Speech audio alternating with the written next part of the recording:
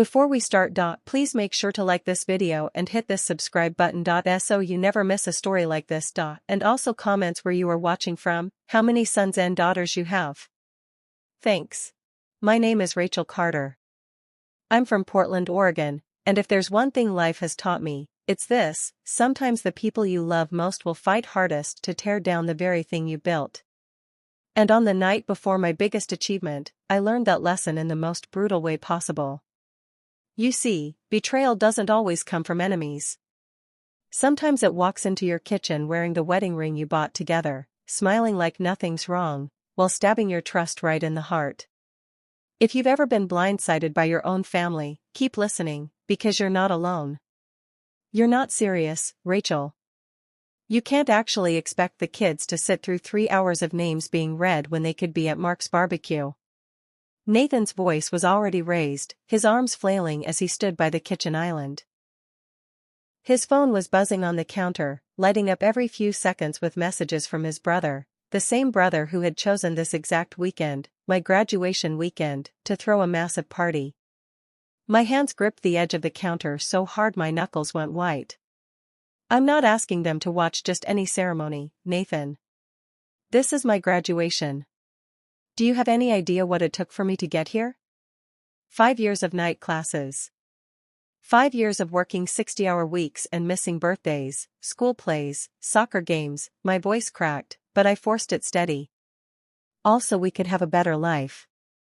And you want them to skip it for burgers and a pool? He slammed his palm down on the counter, making the coffee mugs rattle. You're making this bigger than it is.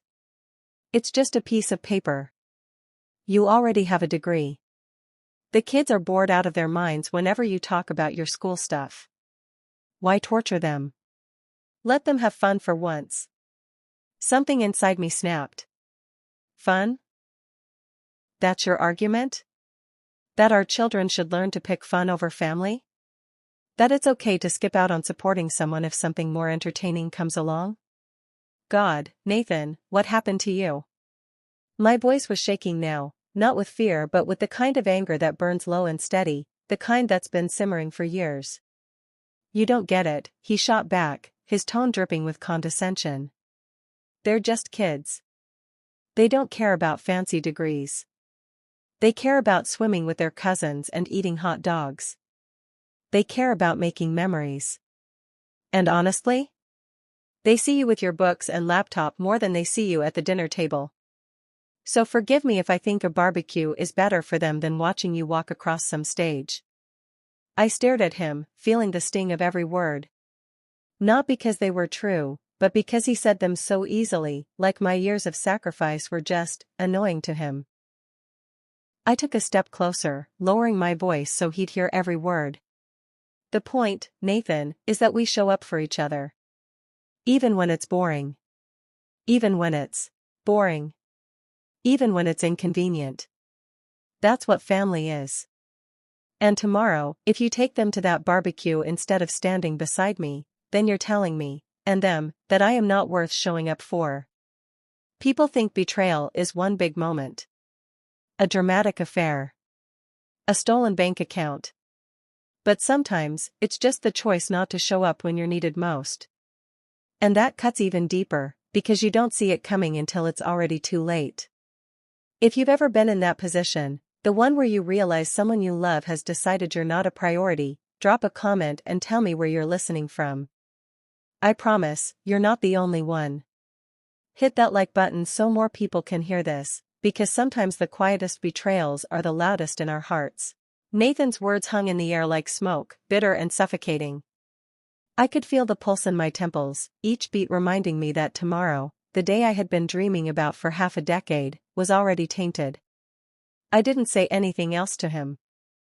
I just turned away, rinsed my coffee mug under the tap, and walked upstairs, my hands trembling from the force of holding in what I really wanted to scream. Because if I let it all out, I wasn't sure either of us would come back from it. That's the thing about fights like this, they aren't about dishes in the sink or barbecue invitations. They're about years of unspoken resentment boiling over all at once. 5 years earlier, I thought our lives were good. Not perfect, but good. We lived in a small but comfortable home in Portland. Nathan had his steady IT job, the kind that came with benefits and a 401k, and I worked as a financial analyst at a mid-sized investment firm downtown. The pay wasn't terrible, but the promotions always seemed to pass me by in favor of less qualified, usually male, colleagues. "You need more credentials, Rachel," my boss had said during my third annual review in a row. "An MBA would make you much more competitive." At first, I brushed it off. I had 2 young kids, a full-time job, and a house to manage. When would I possibly find time for school again? But every year I stayed in the same position while people I'd trained climbed the ladder above me. It gnawed at me more and more. Finally, one afternoon after watching yet another coworker accept a promotion I knew I deserved, I walked out of that conference room and decided I was done waiting. I enrolled in the evening MBA program at a university across town, the kind designed for working professionals. It would take me 5 years going part-time, but I told myself it was worth it. Worth the late nights. Worth the missed weekends. Worth every ounce of exhaustion, because at the end of it, there would be more opportunities, better pay, and maybe even that long-promised family vacation to somewhere the kids actually wanted to go. Nathan was supportive at first. He told me he was proud, that he'd help more with the kids, that this was going to be good for all of us. And for a while, he did. He packed lunches, did the school runs, even cooked dinner a couple of nights a week. But as months turned into years, the novelty wore off. The sighs started when I told him I had group projects on weekends. The eye rolls when I came home from class at 9:30 and immediately opened my laptop again to finish assignments. "How much longer is this going to take?" became his favorite question. I'd answer, 2 more years, 1 more year, just a few more months, each time hoping he'd see the light at the end of the tunnel like I did. Instead, he seemed to drift further into his own life. Weekend plans with his brother Mark, Sunday football with friends, school events with the kids that I only heard about after they happened. It was like my family learned to function without me, and maybe even preferred it that way. And then there was Mark. Mark, the golden boy. Mark, who never seemed to work more than 30 hours a week but always had the newest car in his driveway. Mark, whose barbecues were legendary in the family, not because of the food but because my in-laws treated them like royal gatherings. Whenever Mark threw a party, everyone dropped what they were doing to be there, no matter what. The favoritism didn't just sting, it dug deep, reopening old wounds from my own childhood. My parents had done the same with my older brother, Luke. They made every game, every event, every milestone for him, and mine were maybe next time. I thought when I built my own family, things would be different. I thought wrong. 3 weeks before my graduation, Mark called Nathan and, without even checking the date with me, announced he'd be hosting his biggest barbecue yet on the same Saturday. It wasn't just any party. He was breaking in his new outdoor kitchen, inviting half the neighborhood, and even hiring a lifeguard for the pool. He knew, they all knew, that my graduation was that day. I'd been talking about it for months. I'd sent group texts. I'd emailed the date when the university confirmed it. But somehow, in their world, Mark's burgers and beer were more important than my 5 years of work. When I found out, I called my mom, expecting her to be outraged on my behalf. Instead, she sounded distracted, like she was deciding between salad dressings while I was talking. "Well, honey, can't you both just work around it?" she suggested. "Your father really wants to see Mark's new place, and your Aunt Linda will be in town. We so rarely get to see her." I nearly dropped the phone. "Mom, this is my graduation. You're choosing a barbecue over me?" She sighed, like I was the one being unreasonable. "Oh, don't make it sound like that. We'll celebrate you another time." That's when I knew. They weren't coming. Still, I told myself it was okay. Nathan and the kids would be there. That was what mattered. That's what he'd promised me months ago when I told him how important it was to have my family in the audience. I clung to that promise like a lifeline. Until last night, when he finally admitted what he'd been hinting at for days, that he thought it was better if he took the kids to Mark's instead. And now, here we were, standing in the middle of our kitchen with him telling me my degree was just a piece of paper. People don't talk about the loneliness of working towards something your family doesn't believe in. The way every late night feels heavier when no one's in your corner. I used to picture tomorrow's ceremony as the moment it would all be worth it, my kids clapping, Nathan smiling proudly, maybe even a few tears. But now? All I could picture was standing on that stage, scanning the crowd, and seeing 2 empty chairs where their faces should have been. And that's when I realized something I'd been avoiding for a long time. Sometimes the people who are supposed to lift you up are the ones who keep their hands in their pockets. The morning of my graduation should have been one of the happiest mornings of my life. Instead, when I woke, the first thing I saw was an empty space beside me in bed and a faint indentation in the pillow where Nathan's head should have been. For half a second, I thought maybe he was downstairs making breakfast or helping the kids get ready. But as I pulled on my robe and stepped into the hallway, the house felt too quiet. No clinking of plates, no footsteps, no bursts of laughter from Sophia, no grumpy teenage groans from Ethan. Just silence. My heart started to pound in that low, dull way it does when you already know something's wrong but haven't seen the proof yet. When I walked into the kitchen, the proof was waiting for me. A single piece of lined paper sat on the counter, weighed down by his coffee mug. The handwriting was rushed, almost sloppy. Took the kids to Mark's early to help set up. We'll try to make it back for your ceremony. Congrats, Nathan. That was it. No I love you, no hug goodbye, not even a warm breakfast to mark the occasion. Just a note as casual as if he'd run to the store for milk. My hands tightened around the paper until it crumpled, the words disappearing into the creases. The silence in the house felt heavier now, pressing on me like a weight I couldn't lift. I set the note down and leaned against the counter, staring at the wall without really seeing it. We'll try to make it back. Not we will be there. Not we're leaving now, but we'll be in our seats before you walk across that stage. Just we'll try. And in that moment, I knew exactly what that meant. They weren't coming. At least, not in time. And once again, I would be standing in a moment I'd worked my entire life for, completely alone. My throat burned as tears pushed forward, but I refused to let them fall. Not yet. Not before I even put on my gown. I went through the motions like a ghost moving through her own life. I showered, I blow-dried my hair, I sat in the salon chair while the stylist pinned curls and brushed powder over my face. She kept asking me if I was excited, and I kept answering yes, forcing a small smile each time, because what was I supposed to say? Actually, my husband ditched me for a barbecue, and my kids are splashing in a pool instead of watching me get the degree I've been killing myself to earn? No. I swallowed it down like I had swallowed 1,000 other disappointments before, because that's what I'd been trained to do my whole life, smile and pretend it doesn't hurt. By noon, my hair was perfect, my makeup flawless, and my dress, the navy blue sheath I had splurged on 2 months earlier, fit like it had been made just for me. But inside, I felt like a cracked vase, polished on the outside but already split deep down where no one could see.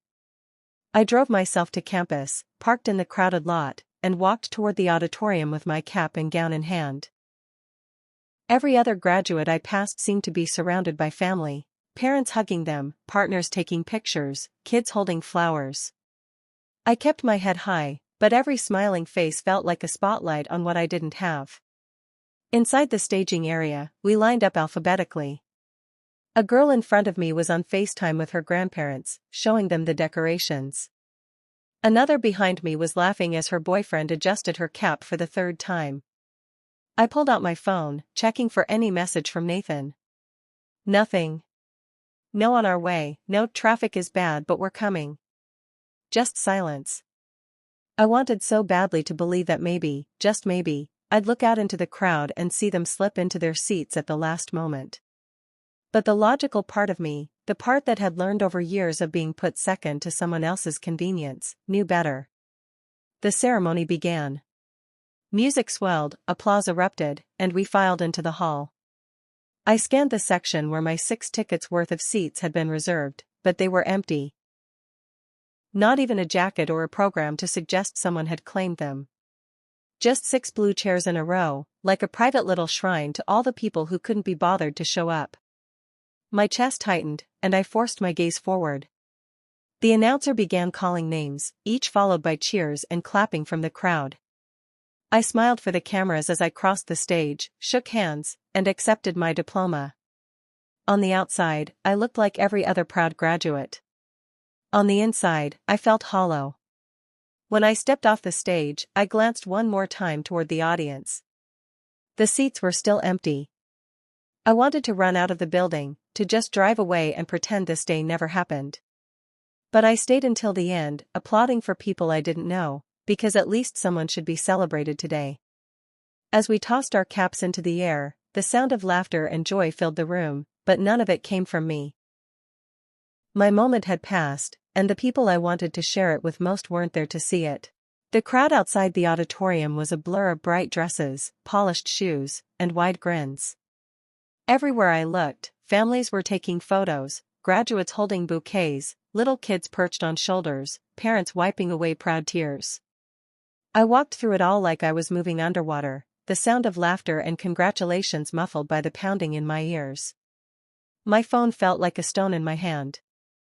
I checked it again, hoping to see Nathan's name on the screen, some last-minute excuse, some promise that they were pulling into the parking lot right now. But my notifications were empty. Just a silence so loud it felt cruel. I made it to my car without even realizing I'd walked the entire way, weaving past strangers' celebrations. The moment I shut the door, my composure cracked.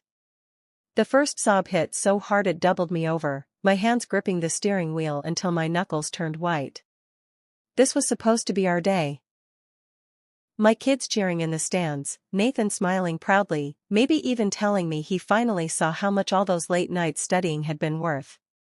Instead, I was alone in a parking lot, staring at a degree on the passenger seat that suddenly felt meaningless.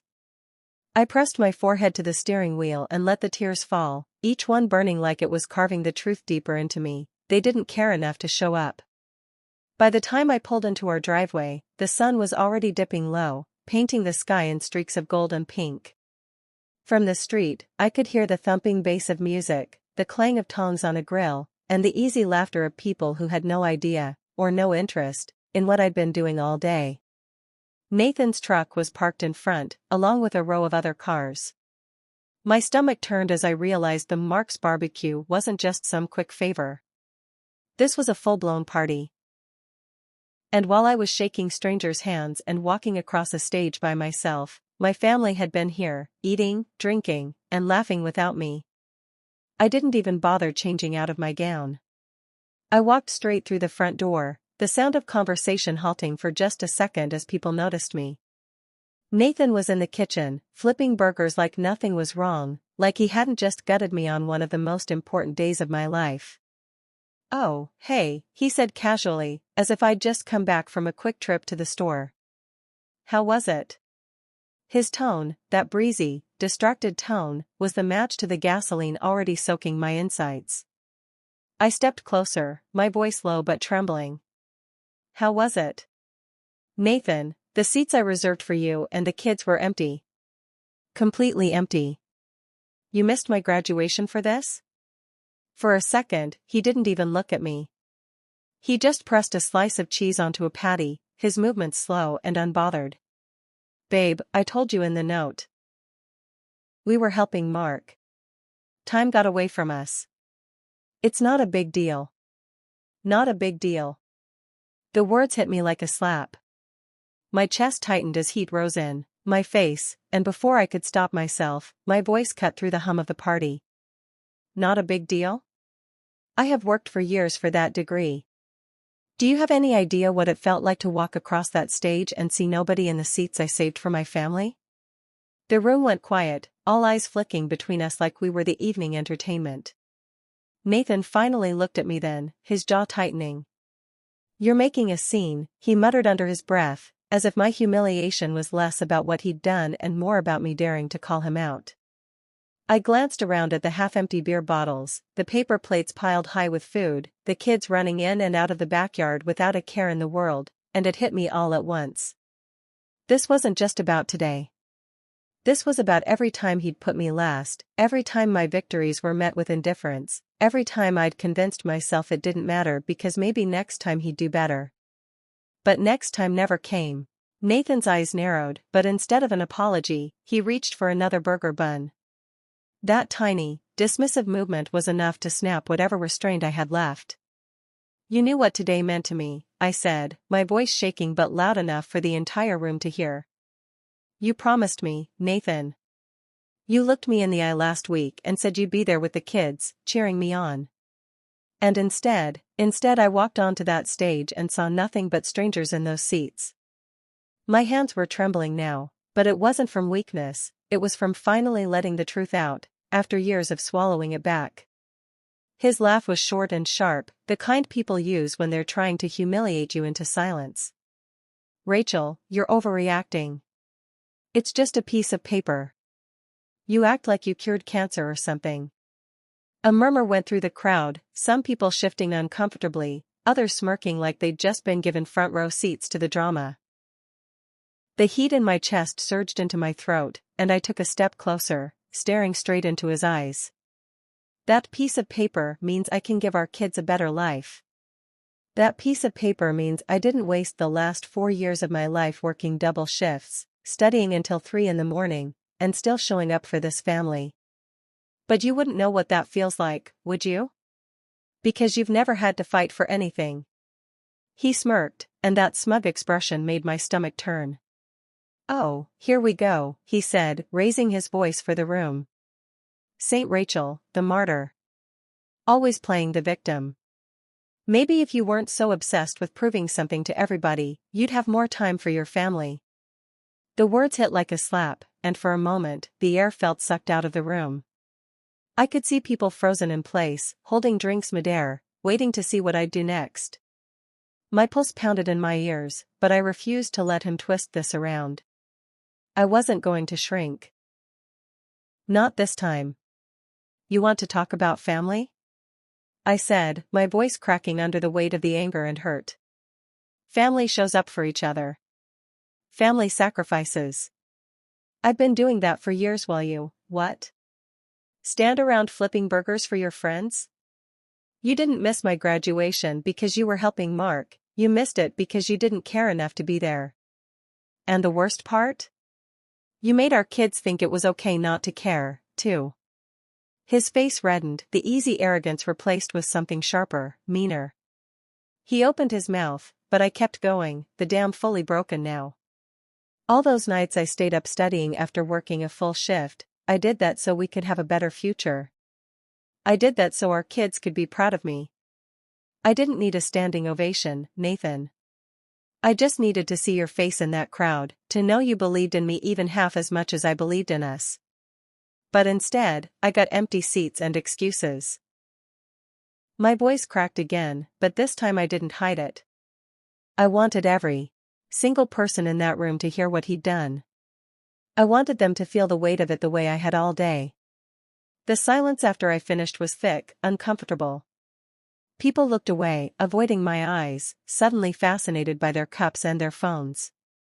Nathan, still holding the spatula, set it down on the counter with deliberate slowness. If you hate it here so much, he said, his voice low and hard, maybe you should just leave. The words sliced through me, sharp and cold. I realized then that this wasn't about a graduation, or even about today. This was about a man who had stopped respecting me a long time ago, and a woman who had finally stopped making excuses for it. I didn't say a word at first. I just stood there, staring at him like I was seeing him for the first time in years. Maybe I was. The Nathan I fell in love with would have run across town to make it to my graduation. He would have been in the front row, holding the kids on his lap, grinning like a fool. But that man was gone, replaced by someone who measured worth in convenience and effort in excuses. My hands were cold, but my decision was burning clear in my mind. I reached for my bag, slung it over my shoulder, and without asking, called out to the kids. They came running, confused by my tone. "We're going home," I said simply. Nathan's mouth opened like he wanted to argue, but something in my eyes must have warned him this was different. This wasn't the usual fight where I'd cry, we'd sulk, and then I'd forgive him because I didn't want to make things worse for the kids. No. This was the fight where I finally walked away, even if it was just for now. Because I had to show them that love without respect is just another form of prison. The kids glanced between us, sensing the shift, but didn't ask questions. We walked out into the night air, the sound of the party muffled behind us. My car keys felt heavy in my hand, but heavier still was the silence between me and my children as we drove. Streetlights passed in slow blurs, and I could feel the weight of their unspoken questions pressing against me. My throat ached, but I kept my voice steady. "Sometimes," I said finally, "people show you exactly how much you matter to them, and it's less than you deserve. And when that happens, you have to decide if you're going to stay and let them keep proving it, or walk away and prove to yourself that you're worth more." I could see my daughter's reflection in the rearview mirror, her brows drawn together in thought. My son leaned his head against the window, quiet in a way that felt heavier than any words. I didn't know if they fully understood, but I knew they were watching. And if I stayed, if I let tonight slide, I'd be teaching them that love meant swallowing disappointment forever. I wasn't going to pass that lesson down. Not for me, not tonight. My chest hurt, but under it all was something I hadn't felt in years, the faint, steady hum of self-respect beginning to wake up again. By the time we got home, the house felt different. Quieter. Like the walls knew this wasn't just another night. I tucked the kids in, kissed their foreheads, and sat alone in the living room with the graduation certificate still in its folder. I ran my fingers over the gold seal, remembering the pride I'd felt this morning. That pride was still mine. Nathan couldn't take it away, and maybe that was the first step, realizing that my worth didn't depend on him seeing it. Somewhere deep inside, I knew this was the moment my life started turning in a new direction, even if I couldn't see where the road would end. And as I sat there, the faint sound of laughter from the party still echoing in my head, I made a quiet promise to myself: I would never again beg someone to notice me. I would never again shrink so someone else could feel big. The next time Nathan, or anyone, saw me, it would be because I had built something so undeniable, so unshakable, that they'd have no choice but to stand up and pay attention. It had been 6 months since that night, and a lot had changed. I was no longer the woman who waited by the door for Nathan to remember I existed. I'd taken the hours I used to spend cleaning up after him and poured them into building my own business, small at first, just baking for neighbors and friends, then bigger when word spread.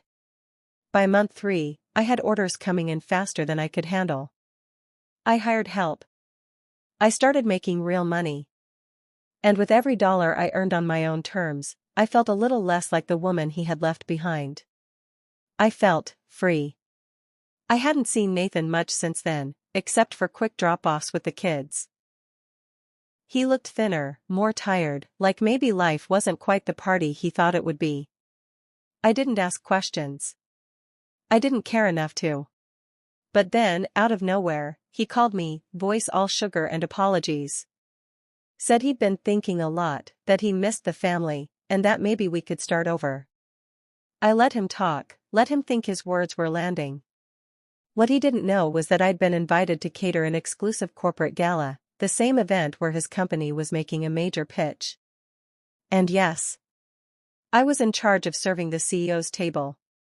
The night of the event, I walked in wearing a black dress and the kind of confidence you can't fake.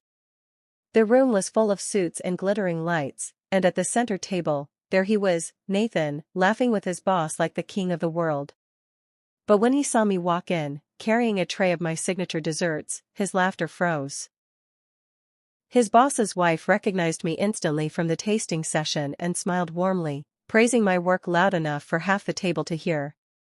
"She's the one I was telling you about," she said. "The best baker in the city." Nathan's boss leaned in to shake my hand, and I watched Nathan shrink just a little in his seat. When it was my turn to speak, I didn't waste it. I looked right at Nathan, then at his boss, and said, "Funny thing about life, sometimes the people you overlook are the same people you end up needing the most. The table chuckled politely, but Nathan's face told the real story. He knew exactly what I meant. In that moment, the power shift was complete. I wasn't the woman begging him to notice me anymore. I was the woman in the room everyone else noticed first. Later that night, as the event wrapped up, Nathan caught me by the door. He tried one more time, softer now, almost pleading, asking if maybe we could talk. I smiled, genuinely, but there was no part of me that even considered saying yes. Nathan, I said, I wish you well. Truly. But the woman you walked away from doesn't live here anymore. And the one standing in front of you doesn't wait for anyone to see her worth. I walked out into the night with my head high, the city lights bright ahead, and for the first time in years, I felt untouchable. You know, people always think the worst thing that can happen to you is losing someone you love. But the truth is, sometimes it's the best thing. Because losing them can be the exact thing that makes you find yourself. I spent years waiting for Nathan to see my worth, and all along, I was the one who needed to see it first. If someone doesn't value you, don't waste your life proving that you're enough. Walk away. Invest in yourself. And one day, you'll wake up and realize, you were more than enough from the very start. You know, people always think the worst thing that can happen to you is losing someone you love. But the truth is, sometimes it's the best thing. Because losing them can be the exact thing that makes you find yourself. I spent years waiting for Nathan to see my worth, and all along, I was the one who needed to see it first. If someone doesn't value you, don't waste your life proving that you're enough. Walk away. Invest in yourself. And one day, you'll wake up and realize, you were more than enough from the very start. If this story inspired you, remember, your worth is not determined by who stays. It's defined by how you rise. Subscribe for more stories that will remind you of your own strength.